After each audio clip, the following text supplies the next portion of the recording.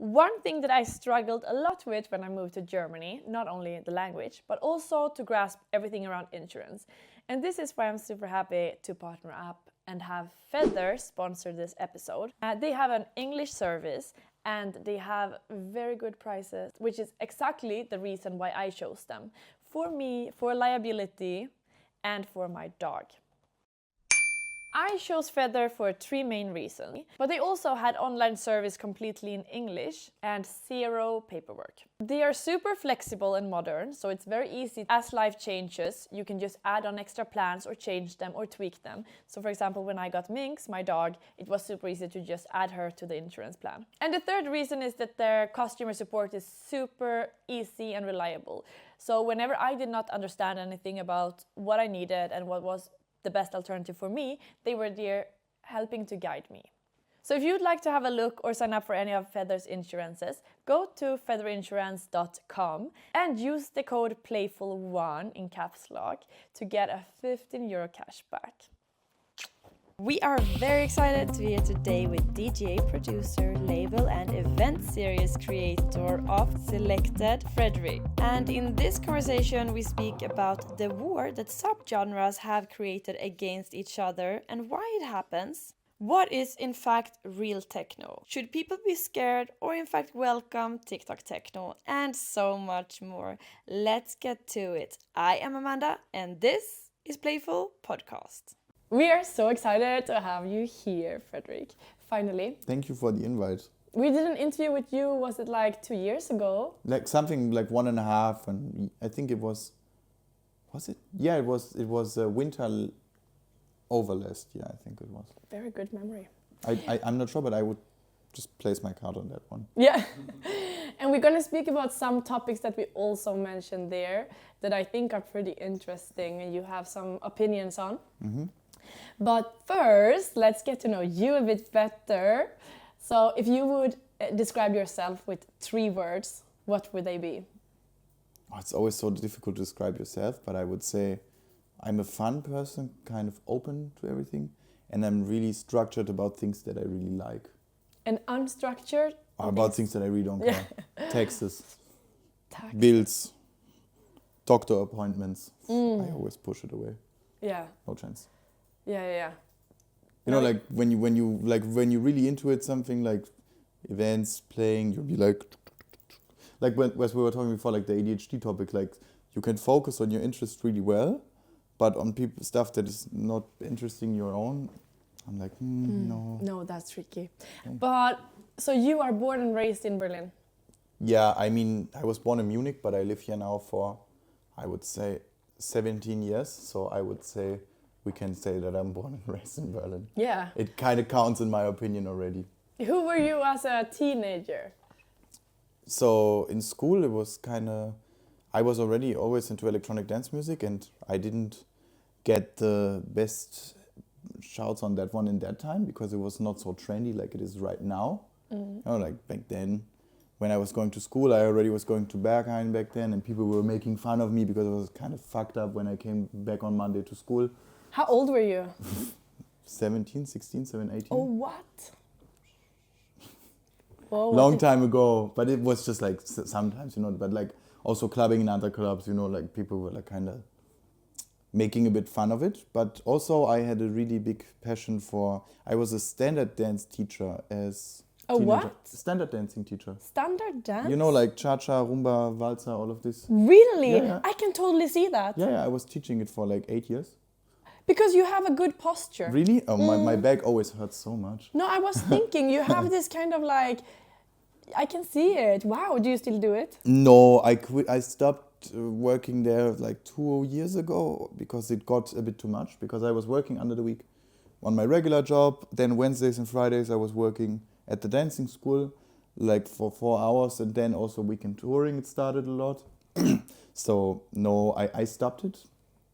And I think right now I'm taking more time for myself during the week. But I was doing it for really long. But then you got married this summer. Yeah. Did you surprise everyone with your dancing skills? I mean, my friends knew because, I mean, they were part of it. But, I mean, Mylene's family was kind of surprised. And also it was then for Mylene and me quite easy to follow up on that because she didn't have to carry her hubby into a dancing school to learn the basics. It was more me showing her some stuff. But I mean, Mylene comes from Cuba. She has like this dancing rhythms in her veins, so she was easy. It was like one day training and we were like, okay, let's go. Wow, you should post videos on this. And I already shared pictures of the wedding, I think.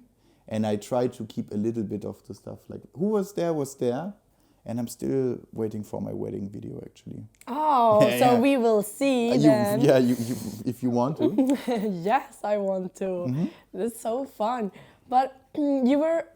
So, because when did you start? So let's take the journey, your musical journey. Mm-hmm. Like, then you were also always into it, but then how did you see it as a career choice back then, or? No, so my first DJ controller I got when I was 14, which is now 12 years ago.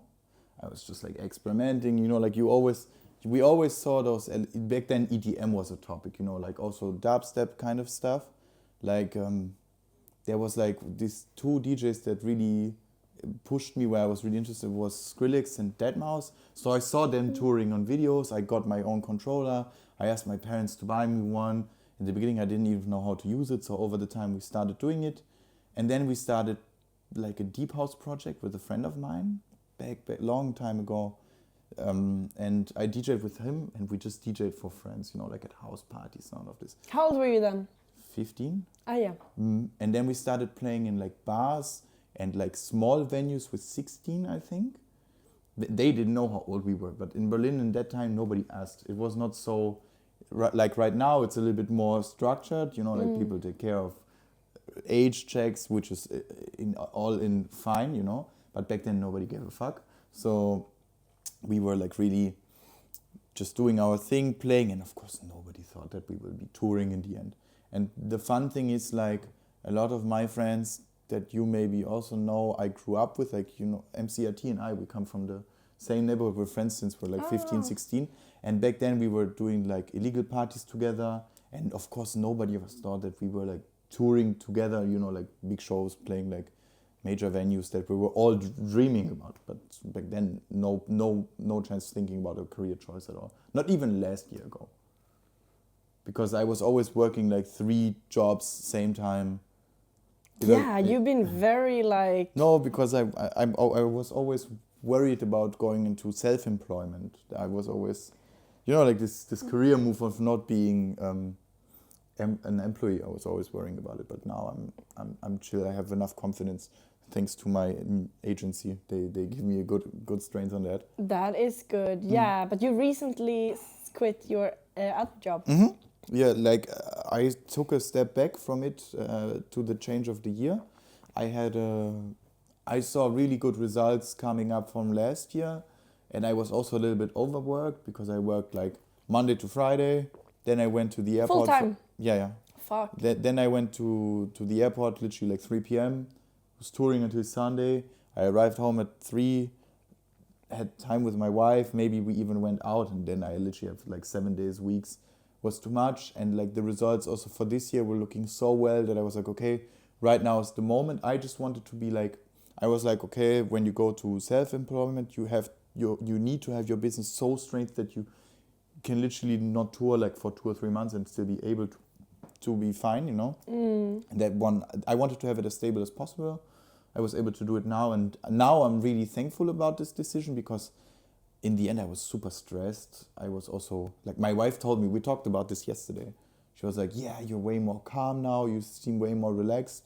Yeah, of course. So, I mean, now I have 2 jobs, so it's fine.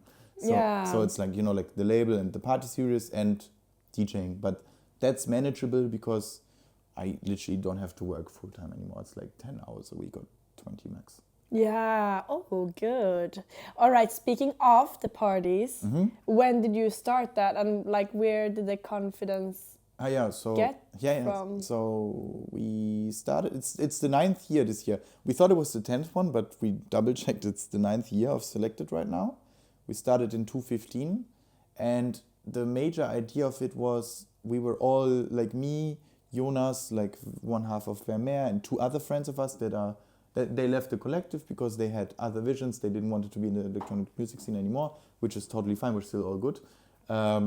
We had this urge to play in clubs, but back then nobody knew us, so we thought, okay, before nobody books us, we're just gonna book ourselves and make parties together, which worked out kind of well. We had like really good feedback from the first moment on. We didn't have like big issues of filling clubs, which was super nice. There was this, I don't know if you know it. What club did you start in? That's the point. There was, like, the first party was in Void. I think it still exists, but it was the very first event. And after that, there was this club. It doesn't exist anymore. Arena Club. Mm-hmm. You know Arena? It's next to Badeschiff. Ah, okay. And there was this club. I know it now, And yeah. there was this girl, the booker, Nicole. Much love to her for supporting us back then. Like, she gave us this opportunity to host the parties there, and it was also a really established venue. It had a good street credibility. Also, like, parties like, if you maybe know them, like Grounded Theory, Ism, they were all taking place there, and they gave us the chance to grow. And with that strong back, we had the chance to outcast what we were really like standing behind,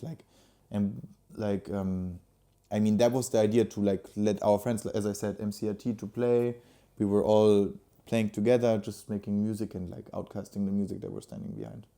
What was it like because did you have any ambition to kind of change the scene or to, what was it? No, it was just that we wanted to play. Yeah, Nothing that was more. it. It was just a vibe that we wanted to play in clubs, party together with our friends and give them, like, our friends a platform. It was never like that we wanted to change anything, because from our vision in that moment, back now I see a lot of topics that would have come up, but in that moment it was just giving ourselves and our friends the platform to provide their vision of music, because back then nobody was interested in us playing, which is normal. We were not big enough. It's just, Yeah. I understand the point.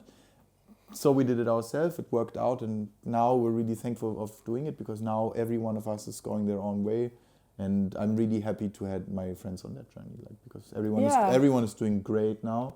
So yeah, it worked out what we wanted to do. Yeah, so nice. Yeah. But then what is your vision for it now? So we have like, it's always about quality music. We're open for everyone.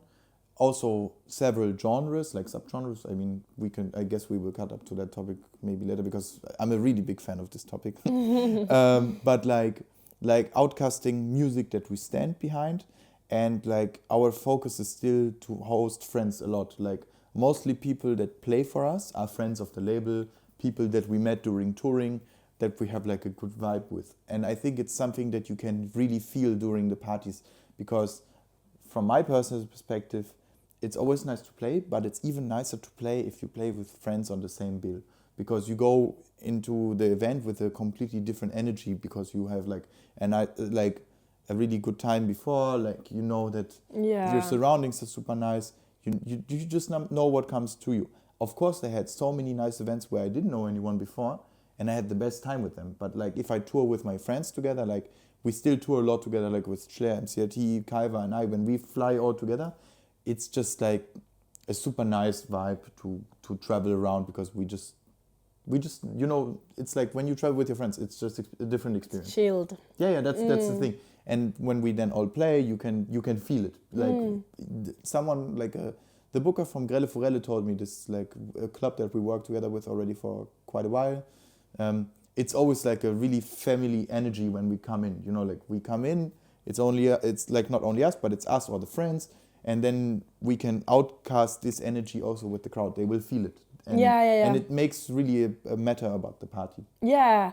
We have now come to the part of the podcast where, if you are or want to become a Patreon and support the work that we do, go to patreon.com/playfulmagazine, where we also give you extra material that is only available there. And in this week's extra material, we speak to Frederic about what lessons he learned along the way when it comes to starting your own label. Besides that, we also get his best tip on how to start your own event series. You don't want to miss this. Go to patreon.com/playfulmagazine. And you also mentioned quality music, which is something you've been speaking about before, when it comes that it's been a little bit confusing to you about that. Some people on social media have a lot of followings, and it can be confusing regarding the fees and regarding the space Mm-hmm. they get, because they attract a lot of people. Mm-hmm. So what would you what's your thoughts on this? So I would underline in two topics. So first of all, quality of music and subgenre is getting mixed up quite a lot at the moment. People, in my opinion, have like from specific sound genres have like a really strong vision that only their sound is the only true sound and everything around it is shit. It's not good music. In my opinion, not true. Every subgenre should have their own platform and their own quality, because there can be really nice trance music. There can be also really shitty trance music. There can be really nice dub techno. Like, Why is trance music so, or maybe not anymore, but it's been so shamed? yeah, because it's fast. It's different. It's like a little bit more poppy than techno. But to be honest, like I hear like people from specific subgenres, like especially like it's not even a real genre, but people call it groovy techno. You know, they say their sound is the true sound. It's the only sound. Yes, it is part of the roots, but they will be outcalling other genres. But I'm like, guys, it's all good. There is enough space. There is enough platform. And the thing is, yes. Do you think it comes from fear, you mean? Yeah, because maybe the other one is more popular. I don't know. It's more about that they think it's not as serious as, like, you know, like as serious techno as other ones. What I'm thinking is kind of sad, because music should be not too serious, no matter which genre. It should be open for everything, and be like, to have fun, you know. Like I will not go to dance like to make a face and think I'm super cool, you know. Like it should be like, do you know what I mean? Like that it's more like an open thing, no matter what place. Of course, taste is always an optionary thing. Quality is not. That's what I intentionally mean. Like I play, in my opinion, kind of all of those genres, like groovy techno, like dubby techno. That's where I come from, because when I started digging music, trance was not a thing. So back then, like 2014, 15, 16, when I was playing like, you know, like Oscar Mulero, Scuba, all of this, those sounds were like really a thing, which is like in options of other people, like the only techno sound, you know. But I also now like to play like vibey techno, like DJ Heartstringy kind of stuff, Narcissus, all of this. So I try to make a mixture of both. But there again, it's always about quality. I would also not play shitty produced tracks from both sides, either dub techno or like trance. You know, like that's what I'm trying to make aware of a little bit, because it's super easy to say that the genre is shit, but it's not so easy to explain about the quality. You know, like that's my main topic. What is stressing me a little bit about it? Yeah, and people are also like calling out. You said like groovy techno, blah blah. But people are also calling out slut techno and like ghetto techno, and they're like, it's not real. And the real is the real is like something that is very. You often hear that within the techno fantasts, kind of. Yeah. Like what is real techno, and that it's more educated and more knowledgeable somehow. Maybe then people should do their homework a little bit better, because to be honest, Ghetto tech is where literally our whole scene comes from. I had this one guy, I remember there was a comment where it was, I think I had this her post, and he was like commenting, this is not techno, because that's something that it reminded me instantly to that. And like someone also said, and something that I really stand behind, do your homework a little bit better, because techno comes from Chicago and Detroit with roots of ghetto tech, like hip hop based. So all of those roots are like basically where it comes from, like house, ghetto tech, and like hip hop also brought like the platform that we're coming to. So yeah, like in my opinion, there is no specific kind of techno, you know, like techno is not just this or that, it's all kind of electronic dance music. There are subgenres. Be open for everything. If you don't like it, that's your taste, but don't outcall a specific genre just because you don't like it. It's fine that you don't like it, but it's not shit because of that. You know, like that's even like even if I, for example, don't like hard techno so much, I don't care. Like everything should have its platform. I mean, there's so many consumers at the moment. Techno is not underground anymore. The times are completely over. We have so many people listening to it. give them what they want, don't go where you don't want to go, and that's it. But in my opinion, this hate speech about all of this is so unnecessary, because it usually comes from people that also don't explore the other niche. Yeah. They just be like, oh yeah, it's so shit. And I'm like, have you ever checked out something like from that subgenre? Not even like trance or like hard techno. Have you checked out like electro music, like electro, like, or ghetto tech, like something? Just give it a listen. If you still don't like it, you don't like it, but it's not shit. It's that's not true. I also don't like super hard techno, but it's not shit. There is good produced music. Maybe less, maybe more. That's my opinion. But like all in every niche there is good music. So that's something that is like pissing me off a bit, because it's so easy to say, yeah, it's super shit. Okay, why? Explain me why it's so shit. You know, like what do you know? What is really bad of it? I think also what makes people angry is that people who are maybe not so knowledgeable about techno. I'm one of the people who is not so knowledgeable, because I'm not super, like, I'm interested in where it comes from, and I think that is super important, but like I'm not the producer myself. And fuck, I lost my trace. It's gonna come back. I'm so with you. Every time this happens to me, I look around and it's like, oh fuck, and I'm oh yeah, I think what bothers people is that people don't understand maybe the difference. You know, people are like, oh, listen to this awesome techno, and then they maybe lift trance. yeah. And I think that annoys them, because they're proud of that they are doing the real thing then, or I don't know, I think this is also part of it somehow.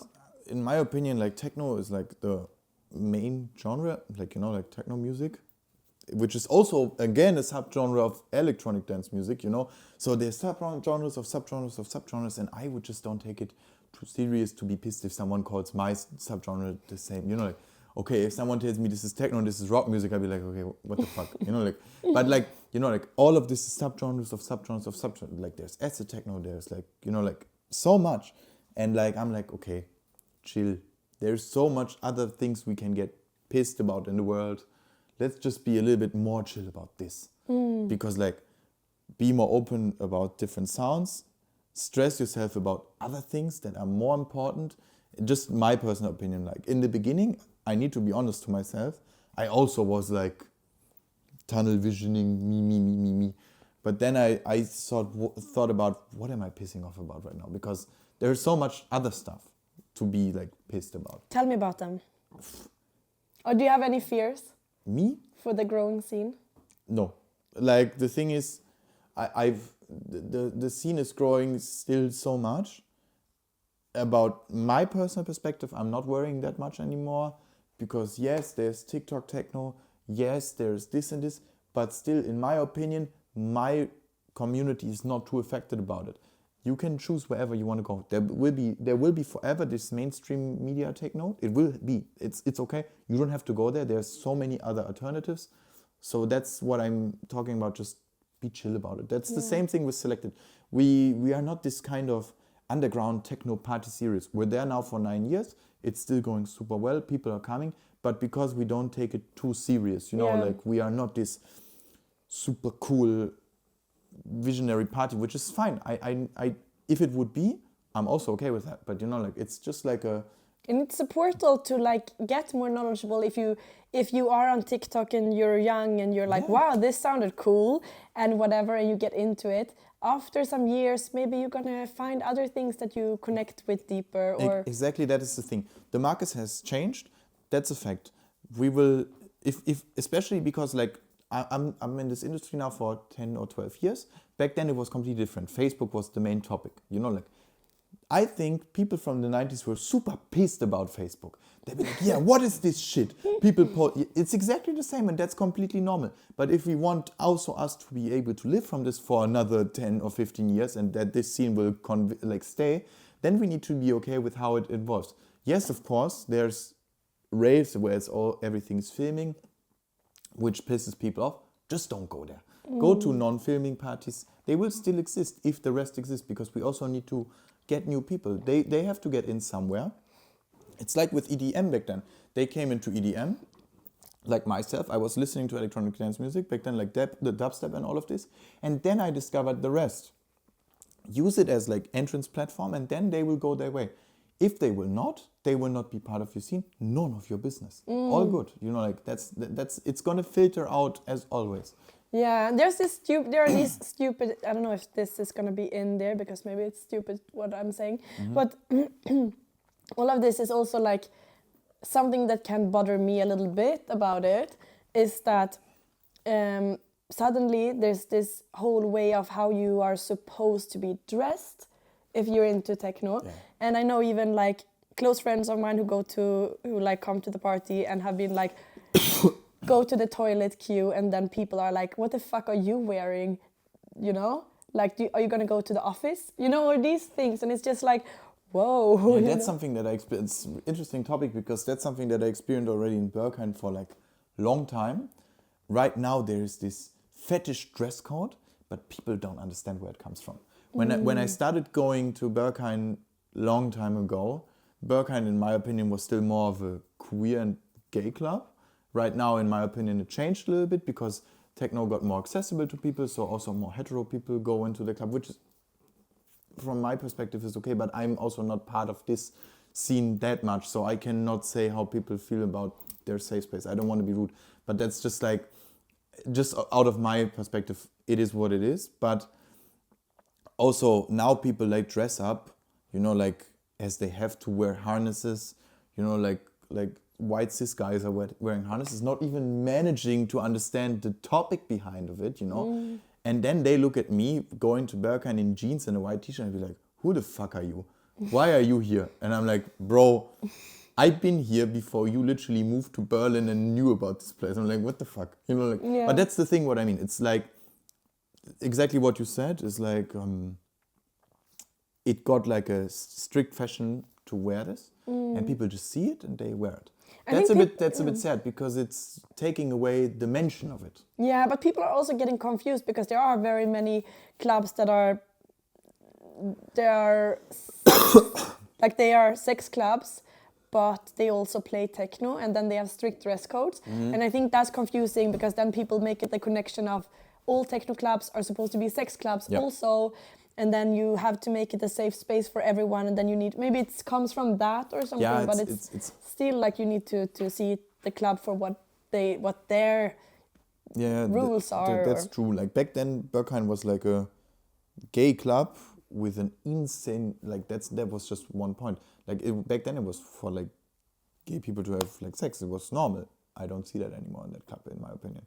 Or I don't know if I'm missing it, like if I just don't more see it. More in the dark rooms and but back then it was everywhere. And I thought it was cool. It was like back then it was accessible everywhere, you know, like especially CSD Club nachts. Boah, fun, like. Yeah. But back then, you know, like still, especially this club gained a lot of popularity in the techno scene because their lineups were insanely good. You know, like that's the point. But yeah, like that's maybe just mixing up point. Yeah. Sad because the safe spaces get a little bit lost because people go on raves, then they feel offended if they not be touched. That consent should be always topic, but like if they get asked, they already be like, hey, what the fuck you want? I'm here for the rave. I'm like, bro, you know, don't go to conceptual if you're not into like sex positive parties, you know, like that's... But that's the thing, like people go there and they think like it's a proper rave. I'm like, no, it's not. How do you work with that on your own club to like when it comes to educating the crowd? So you mean like in case of behavior? Or? Yeah. Do you have like rules on your social media? Or? No. We kind of like, in my opinion, I see those posts quite a lot, like how to behave during events. In my opinion, that's kind of a matter of standard, like for the usual consumption of the party, like that it's clear. And if we see someone misbehaving, we will instantly tell them. You know, like we will also confront and all of those topics. So you have people in the club that are like walking around and they know where you stand? Depending on the venue, yes. All right. Like RSO, for example, has a really good awareness team. That you are connected with beforehand? Yeah. Or you just know that you're on the same? No, we use the team of RSO, and someone who's working at awareness has kind of the same vision usually. Like, should be. If not, they should not work in that industry. That's why I'm trusting them on that behavior. And of course, if something comes up, I want to be confronted with that. Like if I hear some, but to be honest, like in the last 7 or 8 years, we were really lucky about that we didn't had stuff coming up at our parties. Like it was, I always ask after the event, did something come up? Was something going on? And they were like, no, it was all chill, like all good. So I'm really lucky. I'm thankful to my people. Thank you for being so nice. So no, but like that's the thing. Like maybe also it depends on the crowd that you pull. You know, like Yeah, I guess. we had a phase in 2017-18 in Arena where people went really over the top. Like it was this beginning of GHB, you know, like in Berlin. Beginning of when was that? 2016, 2017, when it started to be a thing. Like that's when we heard about all of this, you know. But that was really like a topic, like 2017, 16, when like young kids and hetero people started doing G. That was really a topic. Hello, boopy. Hello. How did you feel the energy shift in clubs then? Yeah, it got super fucked up. How? People just collapsing all the time. Oh, Overdoing G, you know, like, and something that really pissed me off. I really am against this. I don't have, like, people should do whatever they want. It's like a safe space. Do whatever you want, but have your shit together in that moment. And that's really difficult with that thing, I think. That's what I saw. And that's why I always stepped back from it, you know, like, and also Selected always was not the most representative place to get high on G, you know. Like. Have you seen a shift from then, 2016, and today, when it comes to that? It got better, in my opinion. There was like a peak, you know, like when people were like all on G and all were overdoing G.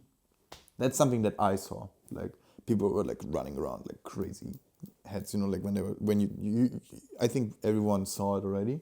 And I'm really sorry for everyone because it's so easy to happen. You, in my opinion, you will not remember anyway, but I cannot tell you. I'm not experiencing that stuff. But like just what I saw in that time, there was like a really fucked up phase where people were going completely loco. They'd be like, woo!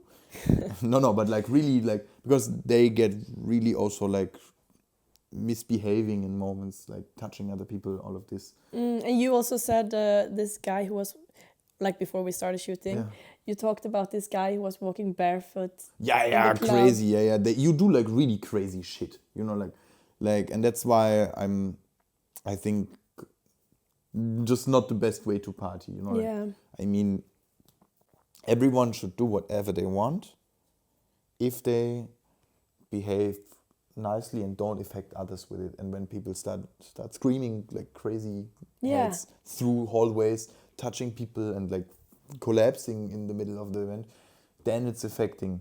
No matter what you take, just party safe, get your like stuff a bit together, you know, like you can get lost, that's normal, but be careful with yourself also. It's just sad for the people themselves because maybe they will do something that they will really struggle afterwards with. Yeah. I'm really sorry for that because I don't want anyone to feel shit about anything. And that's something that can happen really fast. But do you see a more sober trend coming our way? Yeah. Me too. Yeah, because people now like really think about we have like this health positivity thing coming up now. I mean, this sober January bullshit, I'm like, nice Lol. for you. No, come on. Staying sober for 1 month and then getting fucked up. Yeah, that like, feels very Scandinavian of them. Yeah, but that's It's like a scam, you know, like, once again, everyone should do whatever they want unless they have it under control for themselves. Just take care of yourself too and also take care of others. You know? Yeah. That's the main topic. If that's the deal, do whatever you want. That's just my opinion. Yeah. Stay sober, get super fucked up, whatever you want. Have fun. Just have fun. Like, that's the main topic. Yeah. Oh my God. Thank you so much, Frederic. You've been touching on so many topics in such a short time. I have a little thing for us. This or that. Are you aware of this or that section? So I don't have to explain how it works for you. Let's try. I will see if I fuck it up or not.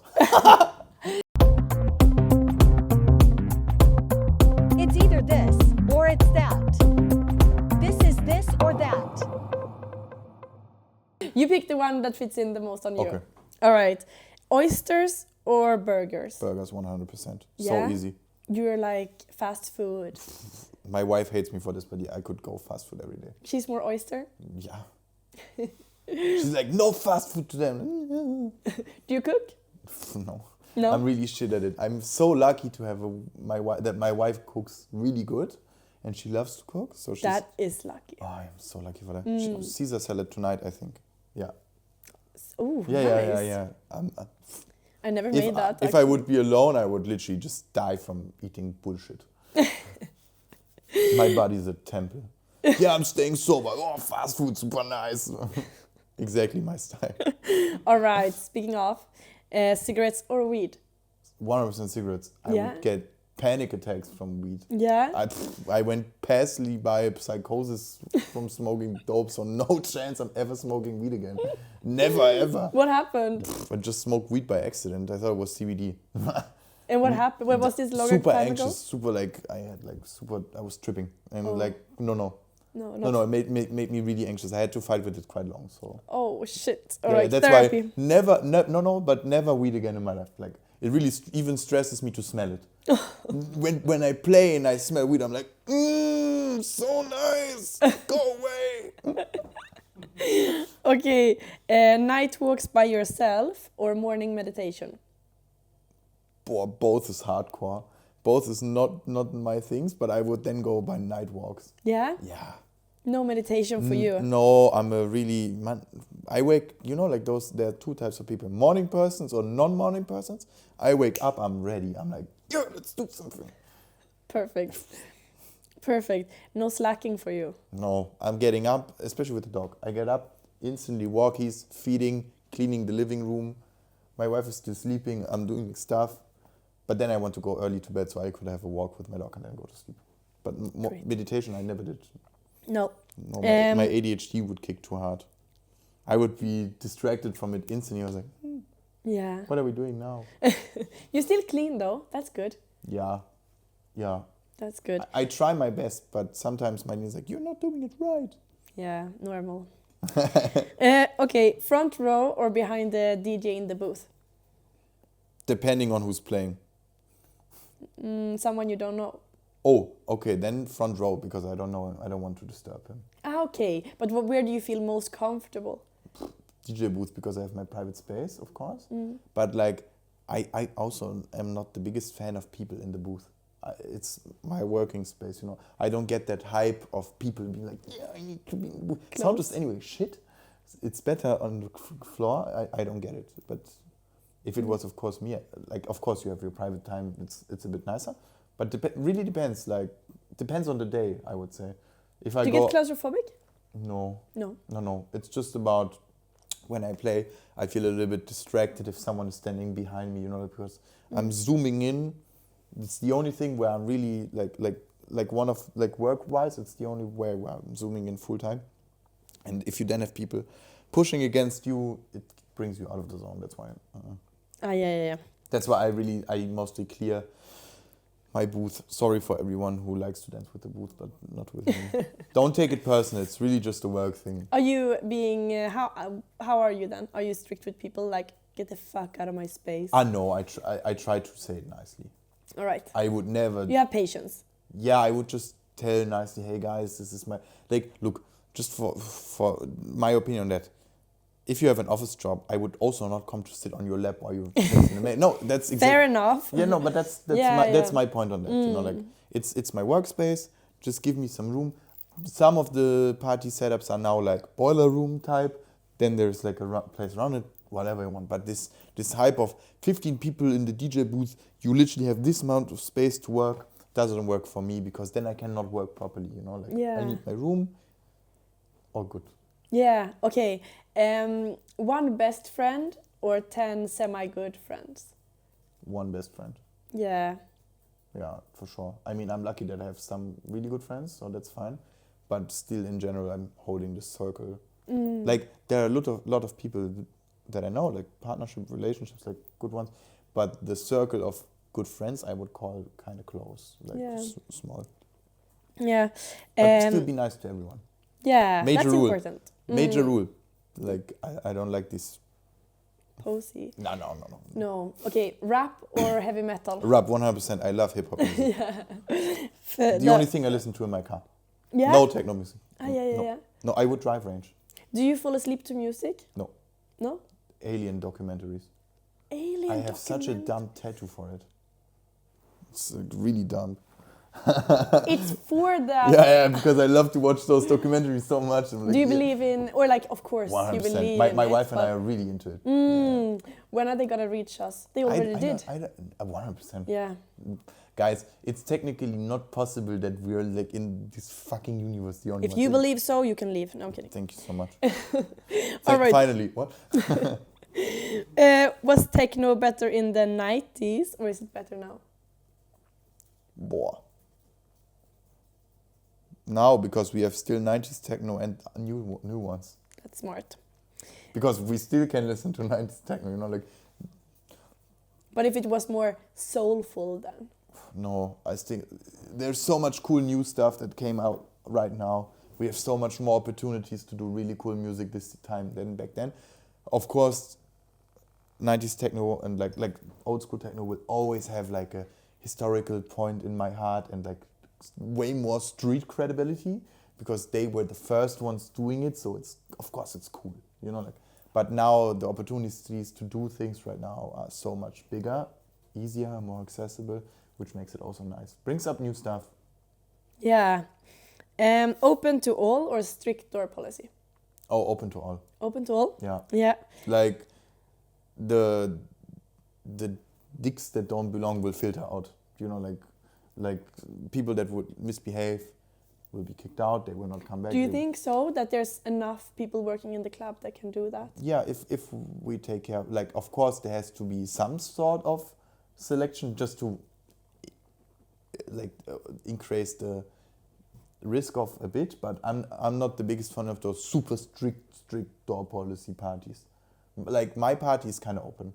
Like, come if you want. If you're a nice person, feel free to come.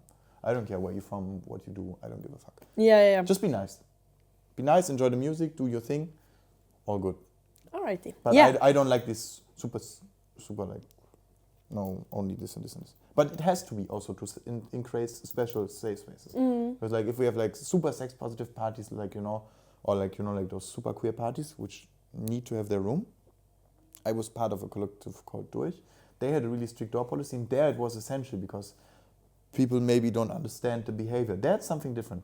Just for myself, what I prefer, I was... Very valid point. Yeah. Kneipe, or like smoky kneipe or fancy cocktail bar? Fancy cocktail bar, 100%. I hate smelling like cigarettes. I could see that for you. I would die. I stopped smoking real cigarettes for like 8 years. I only smoke IQOS, and you don't smell like cigarettes. I would die. You smoke what? IQOS. You don't know IQOS? It's like those electronic heated tobacco sticks, but way better. Yeah, you still also do? Healthy. Yeah, always when I play. Like a crackhead. I'd be like...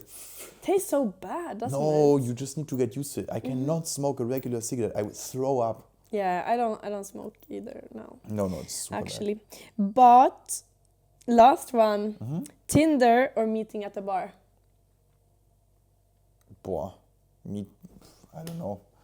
Now that I'm meeting at the bar, I would say. Yeah? No. Back then when I was single, I was using Tinder. But I am lucky to be married now, so I don't have to deal with those topics. No. And I'm so lucky about it. Oh. Congratulations. Thank you so much. This was lovely. Thank you so much for the invite. so Yeah, much. it was super much We fun. still have the extra material. Oh, nice. This was it for Playful Podcast this week, but please follow, subscribe, and listen to our next episode. And if you want to have a say about future artists, or even ask your own question to one of our guests, follow us on Instagram and make sure to add your question when we lift our coming guests. Thank you so much for joining, and see you next week.